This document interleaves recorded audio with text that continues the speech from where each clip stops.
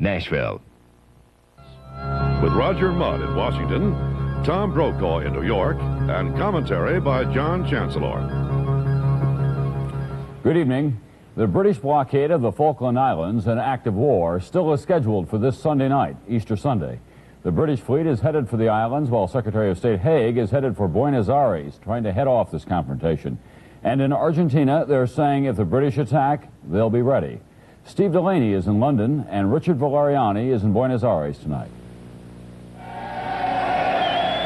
The last element in the British Armada is at sea tonight, heading for the South Atlantic.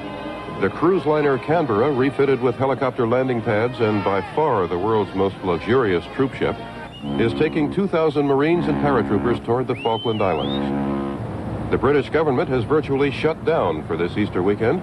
The Prime Minister is at Chequers, her country residence. Members of Parliament have scattered, the newspapers didn't publish, and at the Foreign Ministry, where there's an empty parking lot, the chief press officer has just begun a 10-day vacation. But when Sunday midnight comes, will the British be able to enforce their 200-mile war zone around the islands? The answer seems to be yes, using hunter-killer submarines like these. Argentina does have anti-sub helicopters made in Britain. But one British defense expert says no Argentine defense measures will prevent these subs from sinking whatever they're ordered to sink. And, says that expert, at least one sinking may be needed to demonstrate to the Argentines that the British mean business.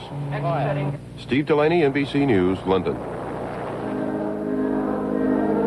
St. Andrew's Presbyterian Church.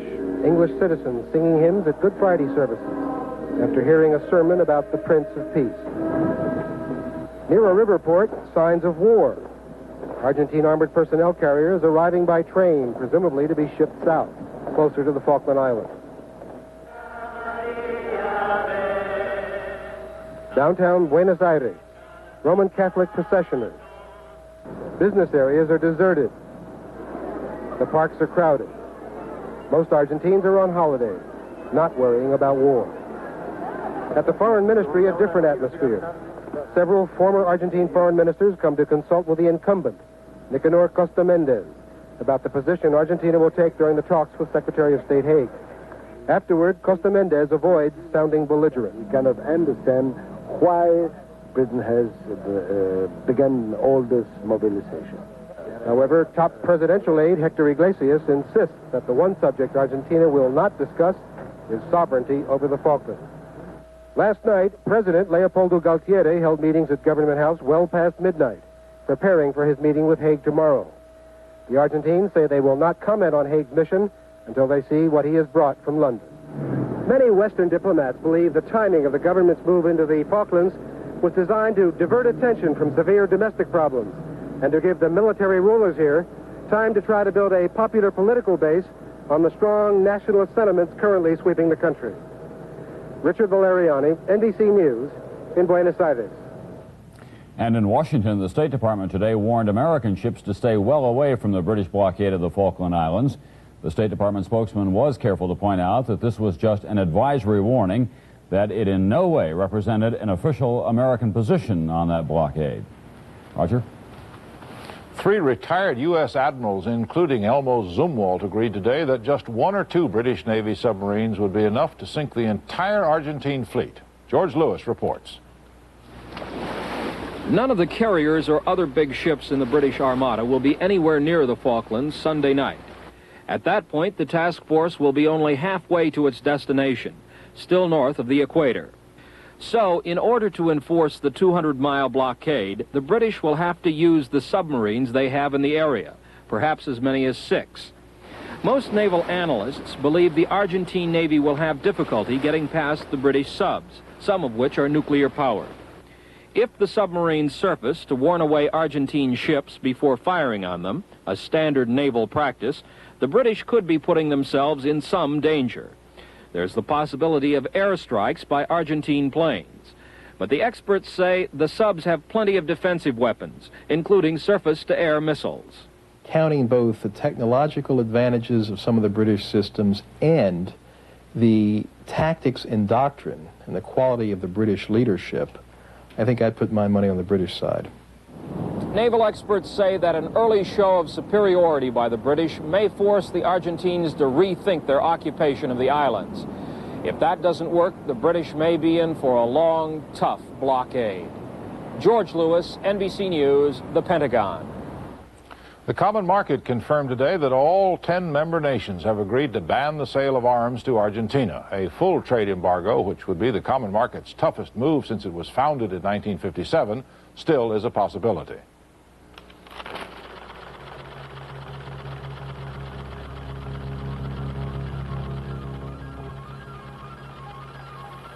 Here's your chance to put spray and wash on the spot. Try spray and wash on a stained shirt or blouse.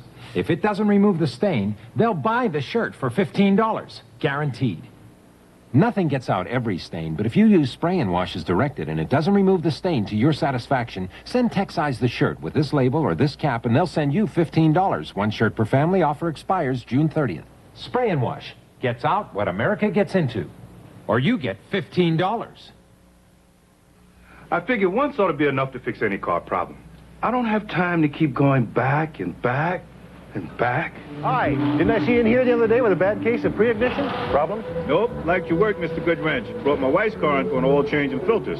Mr. Goodwrench has genuine GM parts available and GM-trained mechanics pledged to fix your GM car right the first time. Keep that great GM feeling. Mr. Goodwrench makes me want to come back. With genuine GM parts. The White House was jubilant about the Producer Price Index today, which shows a decline of 0.1% in wholesale prices for the second month in a row. White House spokesman David Gergen telephoned the major news outlets to say it's almost seemed too good to be true. Most of the decline could be attributed to a drop in energy and food prices. Economics correspondent Irving R. Levine reports. You'd have to turn the calendar back 6 years when Gerald Ford was president for the last time wholesale prices fell 2 months in a row. But that progress is partly the result of the recession. It reduces businessmen's profits. They've got weak markets and they can't really pass their costs on so much, and that lowers inflation. Secondly, it moderates wage increases. That lowers the growth of costs, and that lowers inflation. Most significant in today's figures, for the first time in 15 years since Lyndon Johnson was president, wholesale prices fell 2 successive months across all stages of production. In energy, for example, crude oil that cost $100 was on average down to $97.80. In the intermediate stage at the refinery, a similar drop. And the finished product, gasoline, cost the service station operator less. But interest rates are not coming down because experts say lenders fear that as soon as the economy gets moving again, as soon as we get all these credit demands into the market, why there'll be more spending, more inflation, and we may indeed find ourselves at a higher rate than before. Most experts expect the inflation picture to improve for at least several months and for lower wholesale prices to show up in lower retail prices. Irving R. Levine, NBC News, Washington. In news that was not so pleasing to the White House today, the Budget Office announced that its projected deficit for 1983 is now $102 billion, $10 billion more than when Mr. Reagan introduced his budget in February. This is still $18 billion less than the deficit forecast by the Congressional Budget Office. Tom? United Auto Workers Union members have approved a new contract that will save General Motors between $2.5 and $3 billion over the next 30 months. The vote was close. Only 52% of the union members approved the plan. At International Harvester, the troubles continue. In fact, they may be irreversible. Here's Jim Cummins. International Harvester is in trouble since it owes the banks more than $4 billion, and it can't sell the trucks and tractors it builds because of the recession and high interest rates. That's why a growing number of experts believe Harvester could be the first big corporate victim of these hard economic times. When the economy turned sour, many Harvester dealers were forced to close, including Everett Kittle. He's going out of business after 26 years, in part because of customer doubts about whether the company will be around to service the machinery they buy. Many customers have asked me if they're going to make it, and since they're concerned about that, I would think it's hurt my sales. Another dealer, Bill Wacholt, says company salesmen are getting desperate. They are asking us to buy equipment to help the International Harvester out, and as a dealer, I don't feel as I can afford to carry a large inventory due to interest. To stem its huge losses, Harvester has laid off more than a third of its 93,000 workers and is negotiating for $100 million in givebacks from the Auto Workers Union. Company officials refuse to comment, but some workers remain confident Harvester will survive. Company's been in business for over 100 years. They're not going to go under. As big as Harvester is, I think they could come through. Other workers doubt it. You owed $4 billion, you think you'd make it? Most experts say International Harvester cannot depend on a government bailout or economic recovery for survival. Only the bankers can save the company now, and they are nervous.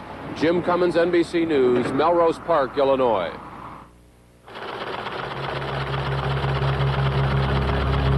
I'm chewing gum again. It's wonderful. For years I couldn't because gum stuck to my dental work, but now there's Freedent gum. It doesn't stick, so I can enjoy all the pleasures of chewing gum again. The delicious flavor, fresh, clean breath, and refreshing taste, all that's possible again with Freedent gum from Wrigley's. It comes in peppermint and spearmint. You'll love it.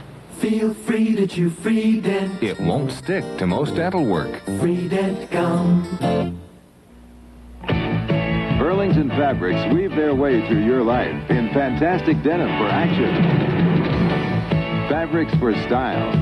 Fabulous fabrics in looks that create fashion inside and out. Fabrics with fashion sense that do what you want them to do. Sensationally.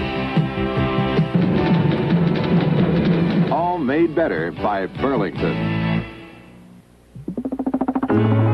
Bid $100,000 for this Mercedes-Benz today, and you'll bid too low. Offer the owner of this Mercedes $300,000, and he'll just smile. $50,000 for this Mercedes? Not enough. Classic engineering breeds classic resale performance. When it comes to retaining value, the cars of Mercedes-Benz have made history, and history does have a way of repeating itself. The Reagan administration, which has charged from the beginning that Nicaragua is the major conduit of arms from Cuba, is trying again to normalize relations. This is the third attempt since August. Bernard Kalb has details of the U.S. proposal. The 8-point package represents what the U.S. sees as a trade-off of each country's requirements. But the future of the entire package hinges on Nicaragua's acceptance of point number 1. That Nicaragua's leftist regime end its support of insurgencies in neighboring countries, especially El Salvador.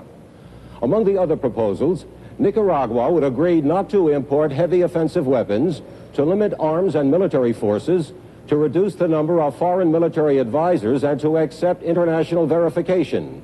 The U.S. has accused Nicaragua of assembling Central America's largest military force with Cuban and Soviet aid.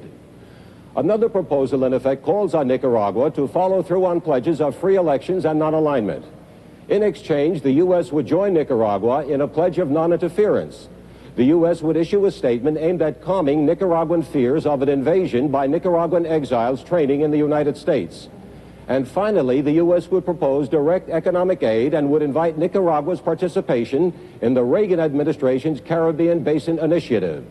U.S. officials say they are not extremely optimistic that Nicaragua will buy the package, adding the U.S. would welcome counter-proposals, the important thing being to start a dialogue. Bernard Kalb, NBC News, the State Department. The administration's number 2 man in the Education Department, William Clowen Jr., was fired on orders from the White House, reportedly from presidential advisor Edwin Meese. According to NBC's Ken Bodie, Clowen ignored a Meese order that nothing leak out about President Reagan's decision to endorse a private school tuition tax credit plan. Tom? President and Mrs. Reagan were fully on vacation in Barbados today, and as presidents do wherever they go, Mr. Reagan attracted a lot of attention when he went swimming. John Palmer now in Barbados. A gunboat was stationed just offshore. Police cleared swimmers from the beach. Secret Service agents patrolling in a rubber dinghy warned pleasure boats to stay away. Onlookers and photographers were kept 400 yards back. The area around Cobbler's Cove was well secured by the time the president's helicopter passed overhead. With the business part of the president's working vacation now over, the Reagans went to the beach. The president was dressed for it. Mrs. Reagan was not. For 45 minutes, with Secret Service agents alongside, the 71-year-old president put on an impressive demonstration of aquatic skill, freestyle, diving, and backstroke. Later, the president was joined by Mrs. Reagan and their hostess, longtime friend and former Hollywood actress Claudette Colbert. The president's concern about budget battles with Congress and foreign policy problems seemed a long way off. Asked about that by a reporter, Mr. Reagan said, "I'm very pleased to have a day off." John Palmer, NBC News, with President Reagan in Barbados. It was quiet on the borders of Israel on this Good Friday, but as John Chancellor points out in his commentary tonight, that quiet may not last long. John? Yesterday, we talked about the possibility of an Israeli invasion of Lebanon, which could amount to a full-scale war against the military units of the Palestine Liberation Army operating in Lebanon. The Israeli ambassador to Washington says it's only a matter of time before something happens there. There is a ceasefire between the Israelis and the PLO, but Israel seems to be changing its terms. Prime Minister Begin said last month that the killing of one Jew anywhere in the world would be a violation of the ceasefire. And at the funeral this week of an Israeli diplomat murdered in Paris, Foreign Minister Yitzhak Shamir said Palestinian terrorist organizations take their orders from the center of terror in Lebanon. Almost anything could touch off the fighting at a time when Arabs are being killed by Israelis on the West Bank and tensions are terribly high. And, in a sense, the rhetoric of the Begin government has almost committed it to move in Lebanon. It's an awful dilemma for Menachem Begin. Israel could purchase several years of peace by finishing off the PLO military units, but the price would be a terrible one. Thousands of refugees, hundreds dead, Israelis and Arabs, Israel condemned by the world, and a disaster for American policy in the Middle East. Some Americans are betting that Begin won't invade Lebanon. The PLO is being very quiet right now because it knows what could happen to it. How long things will stay quiet, however, nobody knows. Sadek Gobzadeh, the former Iranian foreign minister and one of the most familiar faces during the hostage crisis, was arrested by Revolutionary Guards at his Tehran home, according to relatives. Gobzadeh was picked up with his brother and 3 friends 2 days ago, according to the report.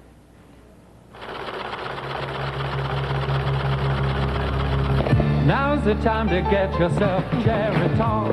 Geritol. I used to think I was too young for Geritol. Well, I'm not. And neither are you.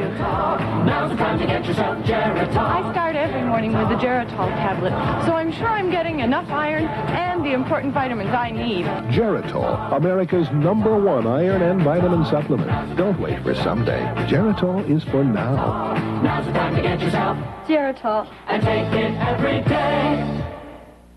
Lloyd Nolan for Super Polygrip. I've used Super Polygrip for 5 years now. I don't need this script. Cut. But Lloyd... Listen, it's murder when you get seeds stuck under your dentures like this. Ouch! Now watch Super Polygrip. It helps form a seal between your dentures and gums. Occlusive seal, Lloyd. Helps keep food out, dentures in. Simple. Extra holding formula. The packet says that. Super Polygrip helps keep food out, dentures in. Make it comfortable. Good. That was comfortable. I've been giving my daughter tips on driving. And here's another important one. If you drive a car, you need premium performance tires. So I put Bridgestone Super Filler radios on Leslie's car. The hard rubber Super Filler here lets the sidewall flex. So you get a big footprint of rubber for cornering, braking, handling, and comfort, too. They're comfortable, Pop, and they're performers. That's right. You can feel it when you drive. Bridgestone Super Filler steel belted radials. See the yellow pages for a Bridgestone dealer near you. If the Internal Revenue Service could get its hands on all the money that is not reported for federal taxation, the national budget would almost be balanced. The annual GNP from what the experts call the underground economy is now estimated at close to $500 billion. As James Polk reports in tonight's special segment, hiding income is now the most popular way of tax cheating. Phoenix, Arizona, a small wholesale meat firm. For the past few years, an IRS affidavit says the owner, William Casey Jones, has been skimming $40,000 a year out of this meat business without paying income taxes on it. Unreported income has become the biggest form of tax cheating in America today. A construction worker. I'm taking home approximately $500 a week. Cash, under the table. No taxes at all. For this carpenter, who wants to be kept faceless and nameless, that's $26,000 a year. No taxes whatsoever. A writer hides his income by dealing only in cash. I need that money more than the government. A personnel consultant to major corporations admits he doesn't report all he earns. It sure is a real temptation when you know that you can get away with it, not to slide one by. An auto mechanic moonlights for cash on work after hours. I've never really looked at it like it was illegal. It just never crossed my mind that I was cheating the government or anybody else. All this adds up to a staggering sum. By IRS estimates, $80 billion a year in taxes not paid to the government by people who don't report part or all of what they make. It's getting worse, 3 times as bad as it was 5 years ago. An Internal Revenue Service Center in Philadelphia. As tax returns pour in this month, IRS computers may check who's cheating on deductions listed, but they have no way to find out what's not put down on paper. Cash income with no W-2 forms, no reporting, no taxes paid.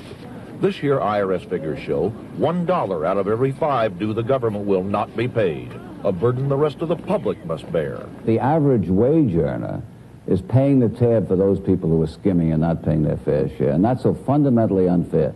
The small businessman of America may be the worst offender, any merchant with a cash register and an open drawer.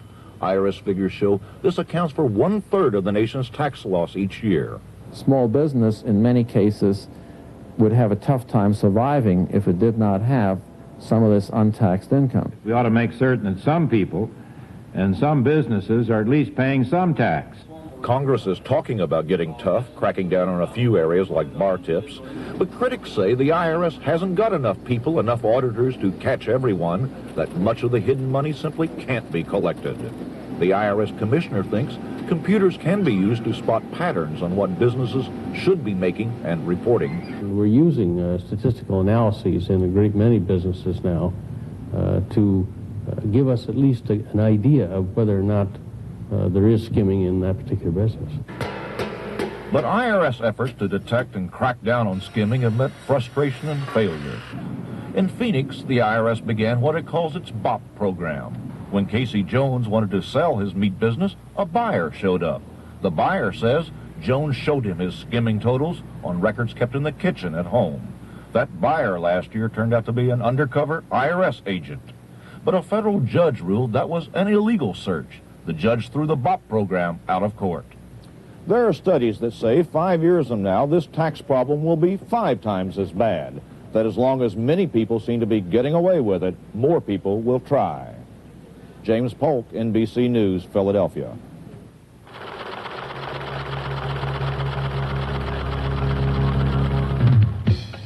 Yesterday, steak in San Francisco. Tonight, teriyaki in Tokyo. Very international. Right down to my card.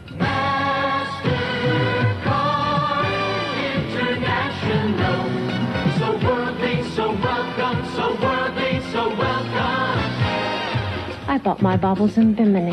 MasterCard International. I bought my skis in Aspen. No, Switzerland. So worldly, so welcome. I bought my tan in Spain. Olay. So worldly, so welcome.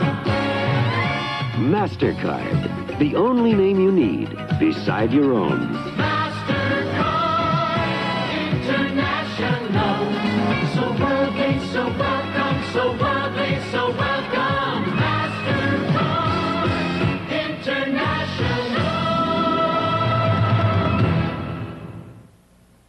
If you're taking more pills than you'd like for minor arthritis pain, here's a rub which might just replace pills. Aspercreme. Aspercreme relieves arthritis pain because it contains salicin, a strong non-aspirin pain reliever. Aspercreme concentrates relief right where you hurt, penetrating, long-lasting relief without the side effects pills may cause, and there's no odor. Aspercreme, strong, effective relief without pills. Remarkable. This is Good Friday, of course, the most solemn day of the Christian calendar. Pope John Paul II carried a cross through the moonlit ruins of ancient Rome tonight, stopping to pray at the 14 stations of the cross.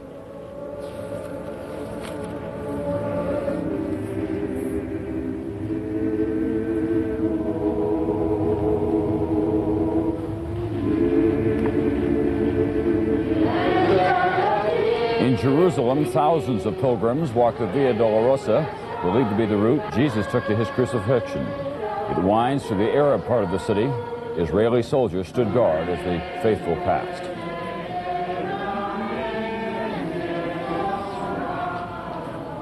And in this country, several dozen anti-nuclear activists were arrested in New York City and Nevada today during Good Friday protests. Among them, anti-war priest Daniel Berrigan and Daniel Ellsberg. Roger? The news from El Salvador has been mostly about the violent struggle for the hearts and minds and loyalty of the people. But there's a man in El Salvador who does not deal with all that. He cares about the souls of the people. Rick Davis has more. There was a mixture of sounds over the small town of Sansuntepeque, the sound of a church bell, mixed with the beat of hooves as cattle moved through the main street, and the recorded blare from a truck leading a funeral procession to the church. It was a patriotic song in honor of David Quinteros, a delegate of the right-wing Arena Party, assassinated over the weekend.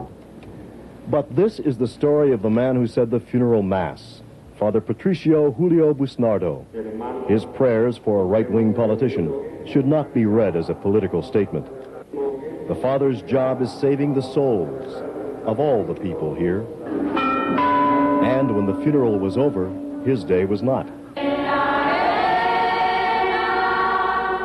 At another Mass, he would serve communion to 500 people, and he heard more than 500 confessions from dawn until late at night. The people here don't know this priest well, this man born in Peoria, Illinois, 67 years ago, whose father refused to pay extortion money to Al Capone's gang, and in fear took the family back to Italy. They don't know he has built churches and colleges and seminaries all over Central and South America for 34 years.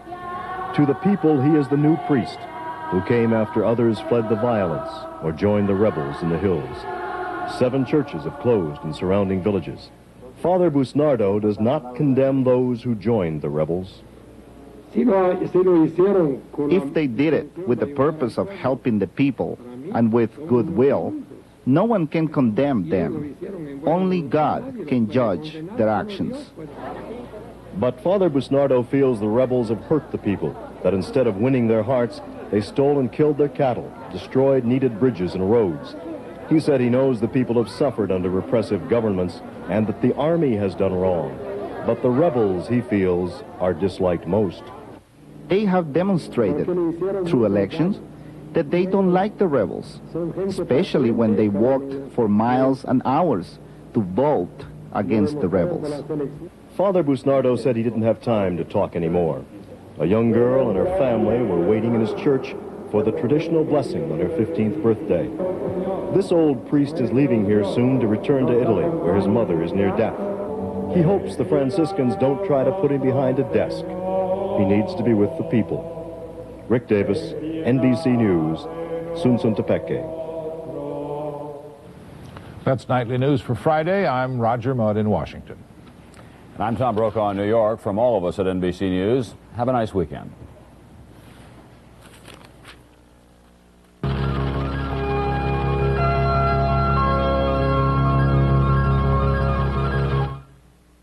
You tell him it was the Dalton Gang. They were living legends, the last ride of the Dalton Gang, based on their true, unforgettable story. They did it for love. I thought you'd never ask. And money.